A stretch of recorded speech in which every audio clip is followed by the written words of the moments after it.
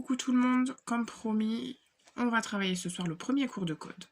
C'est la signalisation. Donc signalisation, ça signifie les panneaux que vous pouvez rencontrer sur la route, et également les marquages au sol, les feux tricolores, et en dernier lieu, les agents de la police que vous pouvez rencontrer dans des situations particulières ou des ouvriers de chantier qui feraient la circulation.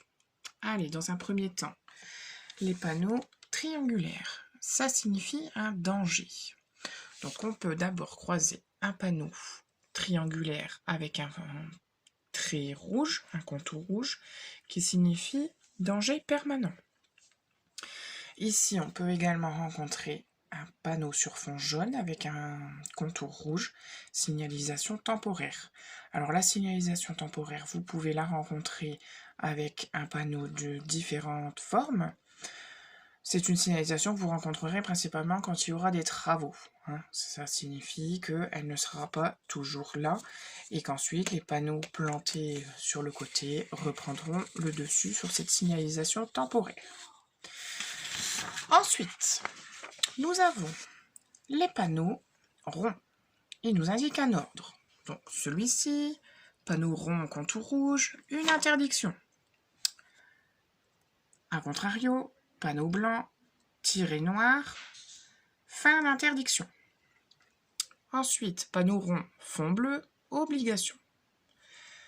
Panneau rond, bleu, barré rouge, fin d'obligation.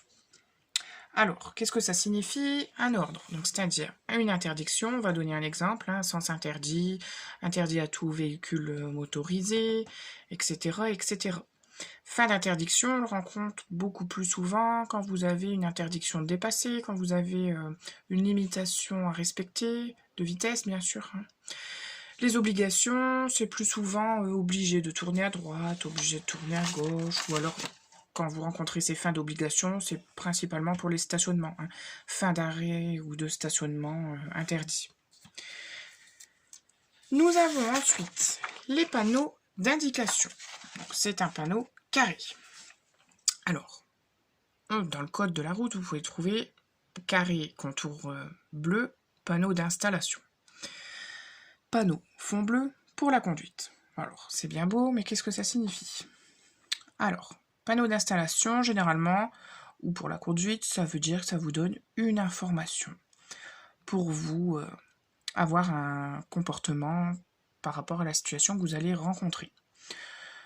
Donc, vous pouvez rencontrer ce panneau pour vous indiquer, par exemple, il y a un parking pas loin, des choses comme ça, une aire de taxi, parking payant, chaussée à sens unique. Voilà, toutes ces petites choses qui peuvent vous donner une indication sur ce que vous allez rencontrer comme indice sur la route en tant que conducteur. Alors, bien sûr, sur ces panneaux, on peut avoir plusieurs choses. D'abord, un symbole, tout bête. L'exemple que je vous ai donné ici, c'est la petite flèche. Donc, c'est celle que vous allez rencontrer, par exemple, sur un panneau triangulaire ou sur un panneau carré, qui vous signifie le sens de circulation, par exemple. Si c'est un panneau carré, c'est sens unique. Ou bien alors, panneau triangulaire, priorité de passage. Vous allez généralement en avoir une grosse, une petite flèche, avec dans un sens et dans un autre. Alors, on a aussi des panonceaux.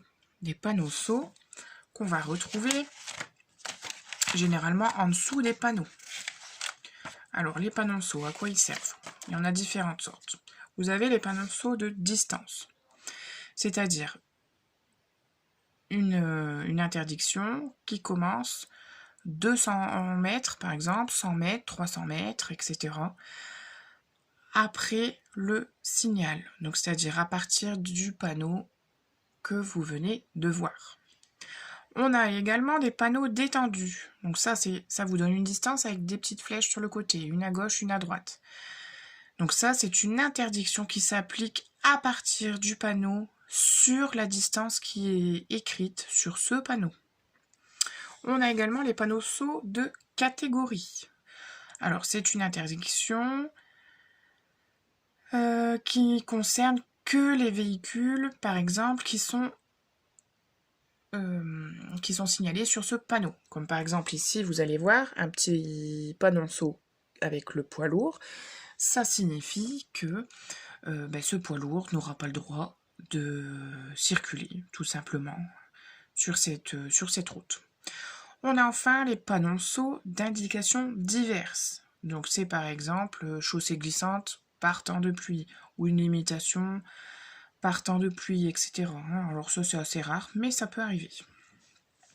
On a ensuite les panneaux de zone. Alors qu'est-ce que c'est un panneau de zone? C'est un panneau rectangulaire avec soit la zone 30. Qu'est-ce que la zone 30? C'est une zone où vous avez toujours un panneau d'entrée, un panneau de sortie. Dans cette zone, vous êtes limité à 30 km/h maximum pour tous les usagers motorisés. Ne pas confondre avec le panneau rond 30, qui ça est une limitation à 30 et qui est valable jusqu'à la prochaine intersection ou alors jusqu'à la fin d'obligation. On a également la zone de rencontre. Alors qu'est-ce que c'est la zone de rencontre? La zone de rencontre, c'est ce panneau. Parce que généralement, on ne sait pas trop ce que c'est la zone de rencontre, alors vous en trouvez de plus en plus dans les hyper-centres-villes. Donc c'est-à-dire, c'est un panneau qui vous indique que dans cette zone où vous êtes en train de rentrer, il y a plusieurs usagers, donc des motorisés, des non motorisés, des piétons. Bien sûr, accès à tous les usagers les plus vulnérables ont la priorité. Ok? Alors ensuite, on a ce qu'on appelle la signalisation dynamique. Alors qu'est-ce que c'est que la signalisation dynamique? La signalisation dynamique, c'est ce que vous allez retrouver principalement sur les autoroutes. Ce sont les panneaux lumineux que vous pourriez voir. Par exemple, quand vous prenez les vacances, on vous dit canicule, limitation parce que pollution de l'air. On peut vous annoncer un accident, on peut vous annoncer des travaux, on peut vous annoncer un animal ou un obstacle sur la chaussée. Et on peut les retrouver également à l'entrée des tunnels pour vous indiquer la limitation à suivre. On a enfin les balises. Qu'est-ce que c'est que les balises? Donc les balises, on en a plusieurs sortes. On a le manche à air. Alors le manche à air, c'est ce petit truc-là que vous allez retrouver sur les routes. Ça vous indique le vent. C'est-à-dire que plus le manche à air est levé, forcément plus il y a de vent. Donc il faut conduire en fonction. Donc qu'est-ce qu'on fait quand il y a du vent? On maintient son volant, on regarde loin, et quand on dépasse, on resserre un peu plus son volant. D'accord? On fait attention quand on passe sous les ponts, quand on dépasse un poids lourd, etc. à cause des appels d'air. Donc, il vous indique la force du vent, mais il vous indique aussi la direction du vent. C'est-à-dire s'il va à gauche ou à droite, et bien le vent va à gauche ou à droite, évidemment. On a les balises qu'on appelle de renforcement, ces petites balises vertes. Alors, ces balises vertes, elles vous indiquent que vous allez croiser des véhicules et que généralement il n'y a pas beaucoup de place. Ensuite, on a la balise de tête d'îlot. Alors, c'est la bleue avec la flèche. Ça, on rencontre souvent sur le petit terre-plein avant d'entrer dans un giratoire. On a la balise de virage, celle-ci, avec un petit bout rouge. Donc, ça vous indique où est le virage. Généralement, ça, c'est en montagne.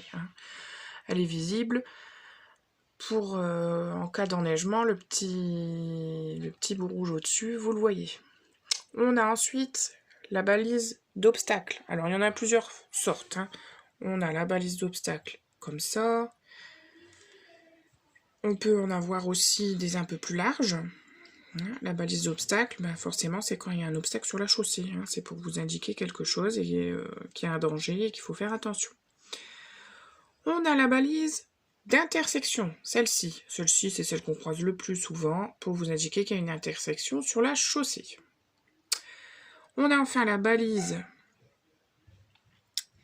de virage.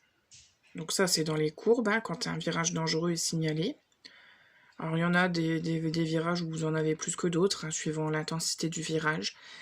Et on a les délinéateurs. Donc ceci, c'est pour vous guider sur les chaussées. C'est-à-dire pour délimiter les bords de la chaussée. Alors, on va passer au panneau de direction. C'est les plus faciles. Hein. Panneau de direction, généralement en forme de flèche ou alors rectangulaire, pardon, avec un petit symbole flèche dedans. Donc là, ils sont tous pareils. Il suffit juste de connaître les couleurs.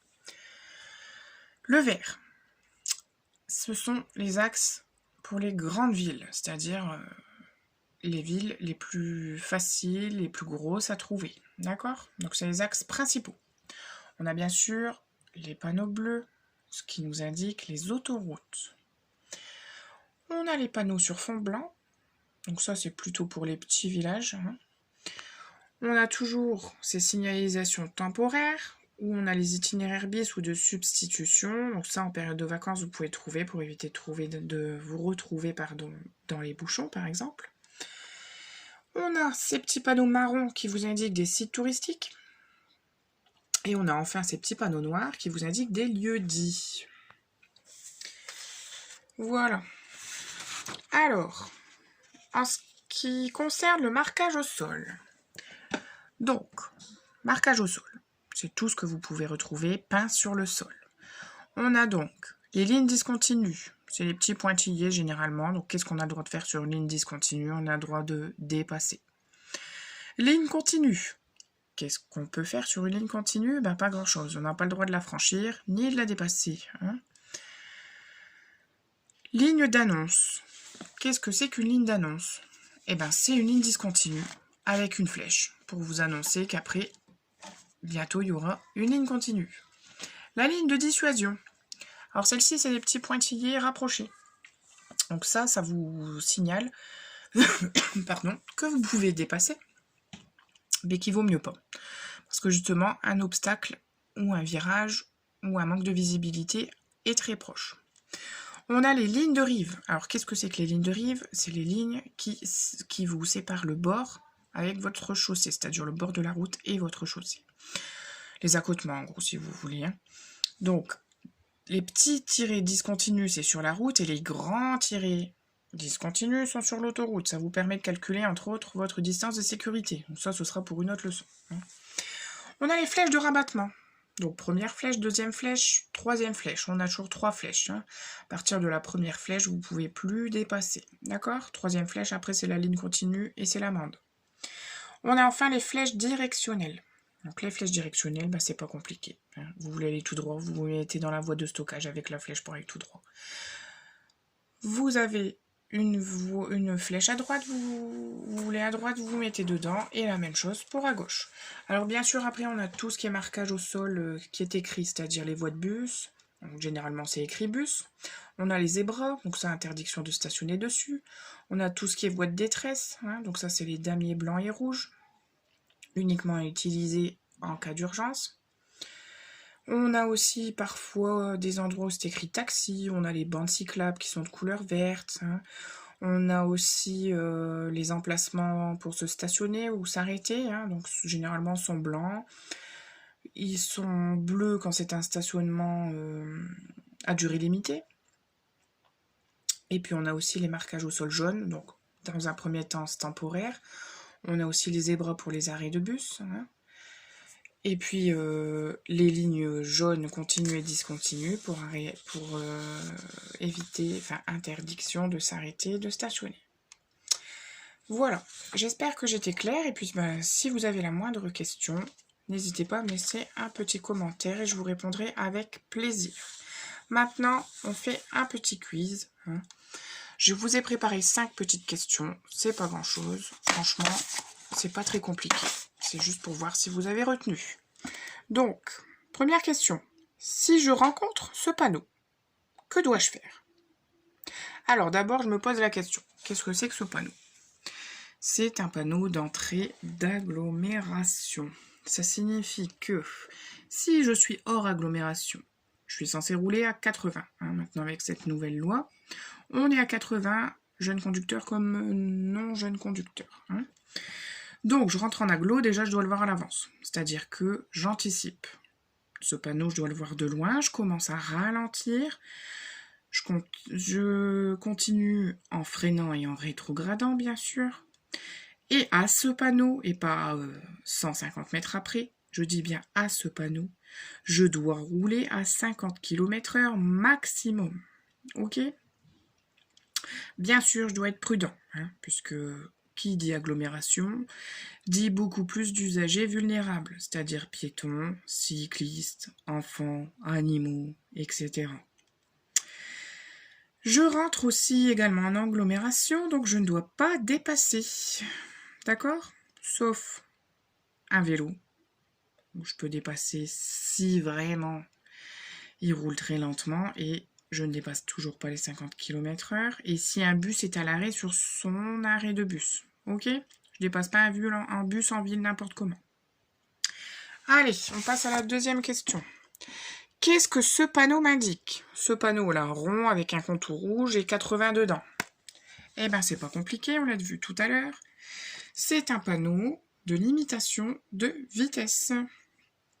C'est-à-dire que je ne peux pas rouler à plus de 80 km/h. Alors, qu'est-ce que ça signifie?